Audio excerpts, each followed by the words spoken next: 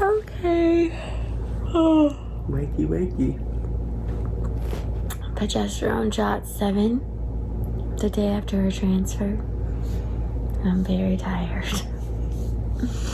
Hopefully that means the body is creating life or sustaining life. So the shots do continue. They don't stop because progesterone helps with implantation. So we have to continue. We're at 1.5 milliliters right now, which is more than we've been doing. I still have to do the estrogen. I go in for labs tomorrow, and that's just like a quick check. It doesn't determine if we're pregnant. And then the 19th is our test. So, alright, it's time for the right cheek today. Hi. I feel like it has been forever. It's been 5 days since our baby leg transfer, since I picked up my camera. And I have been on a much needed social media break to stay in the present moment as my husband and I are in this final stretch of IVF. And it's been a long time for us in this specific strategy. So we started our injections in January and it's now mid-March, and we just had our transfer 5 days ago, and now we're in that waiting period to see if we are pregnant. And so far I'm feeling good. I'm feeling hopeful, minus a little scared today, and I don't know what it means, and I'm trying not to jump to conclusions because the body is incredible and it is working to sustain life right now. And I have been feeling like a lot of different symptoms, but it's hard to differentiate if it's like symptoms from the estrogen and the progesterone, or symptoms of my periods coming, or symptoms if we are in fact pregnant. So I try not to read too much into them, but I would say like my breasts are definitely tender and heavier than they typically are. I'm still very swollen throughout my entire body.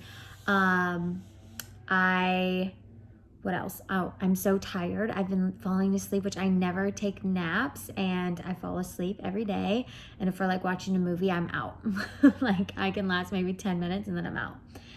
And then today, like I did notice yesterday I was having like a little bit of cramps, and I was like, this is probably normal. And then today, when I went to the bathroom for the first time, I had blood there, and I immediately went into panic mode because I have major PTSD from our pregnancy losses, and just seeing that just like makes me unsettled. But we called the emergency nurse right away, and they ensured that it could be a number of things, and that right now it's too soon for us to make any conclusions because it could be implantation bleeding. It could be my body has just been so manipulated, and all of our strategies have been premeditated. So my body could just be like in shock and like still reacting from what we just went through, that our baby transfer. So there are so many things, and luckily the bleeding and the cramping has stopped. So I'm hoping that that does mean that there was implantation there. And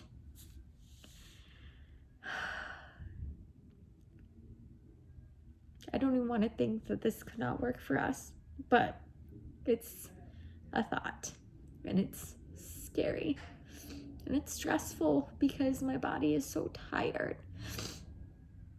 And I'm worried financially how we could continue to do this. We've invested so much.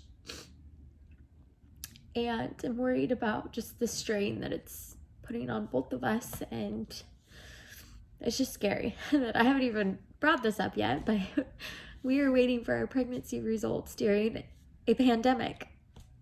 This is the first time that I've witnessed a widespread virus affect so many people so quickly. I know it's the first from my parents' generation.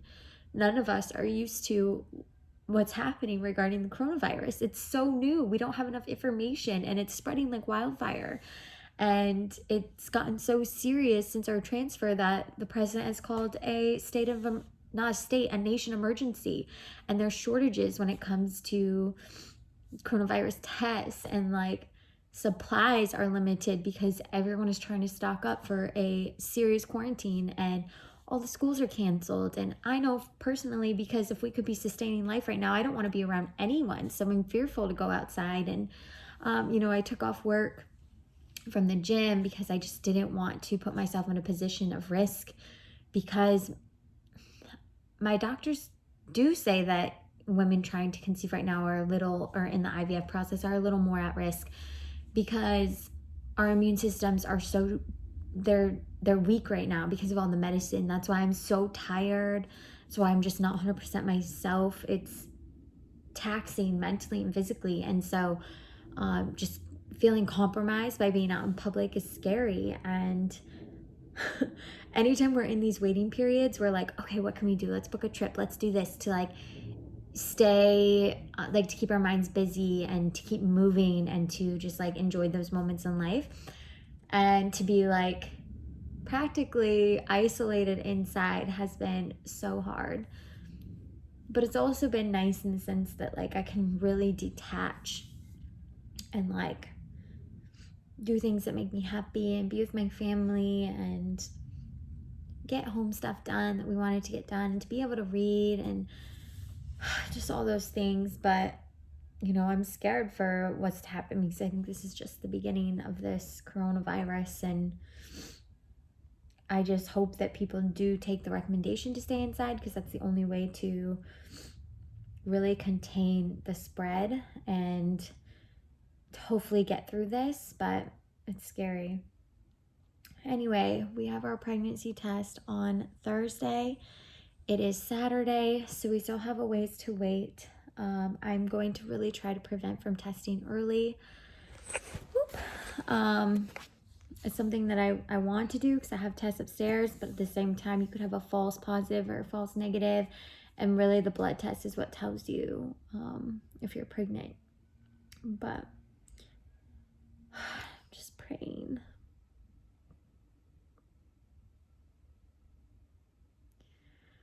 We have fought so hard, and we just want to be parents. It's really difficult when you're dealt these cards and there's nothing we can do besides keep trying. But it's hard. There's so many times I want to give up, but then I know I can't, because that's ultimately going to lead us to baby Legg. I just don't know what to do. I have to be hopeful. Gosh.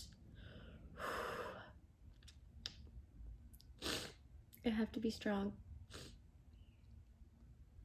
I have to be hopeful. My husband's very hopeful, so he's been calming me down. But it's all just one brutal waiting game. But we're going to keep fighting. Here is more of our stash. Of course, our whole pantry and fridge is full as well. And then we've got some of our cleaning products, Kleenexes, and then trying to keep a strong and healthy immune system with Zicam as well as elderberry. And yeah, just trying to stay on top of the game, be prepared. And then we also had to order more progesterone because our dosage increased to 1.5 milliliters. So if we're pregnant, these continue. And so we had to order all of these new medications. And this is what we have left so far. This stuff hurts like a bee so bad. Okay, here we go. It's 6:47 in the morning. I don't even know what the day it is. Oh, March 19th. It's Thursday. And I am here to take our pregnancy test, our beta test, which determines the HCG levels, where they're at, which would confirm if we are pregnant or not. So the day is here. It's been a crazy 9 days with COVID-19 and or the coronavirus, and waiting for our results. It's been lonely. It's been so much uncertainty. It's been fear, even bringing a child into this world, because of the types of things that we are experiencing, like this pandemic. It's just scary. It's been just trying for a lot of people, and a lot of people have had to adjust and adapt to this temporarily, hopefully, new normal. And so I am ready for answers, because I'm ready to move forward with whatever results, because I need to know. It's been hard. And the hard part is I'm not experiencing a ton of symptoms. At first I thought I was, but it's very hard to differentiate with the medications. I'm on so many. But we're still very hopeful. We still have tried to stay as positive as we can during this time. It is hard, because I found out yesterday that they're now setting monitoring hours based on your last name, so that there's not too many people in the clinic. And then also your partner can't go with you. And so if we're pregnant, Ryan can't come with me to our first ultrasound with a heartbeat. So it's definitely hard. It's a lot. It's emotional. And and another thing, a big thing, is that all future transfers, any sort of fertility treatment is on hold temporarily until this coronavirus subsides. So that's a little scary too, because having a plan is what motivates us to move forward and to keep fighting. And to not be able to have a plan, it's going to be very hard if it comes to that. And we will just have to go back to the original way of just trying naturally, which of course we will do no matter what. But it is scary, and it's a lot.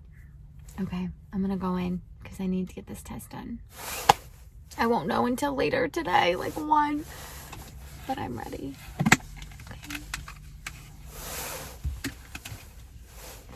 Got my wipes, I got my gloves.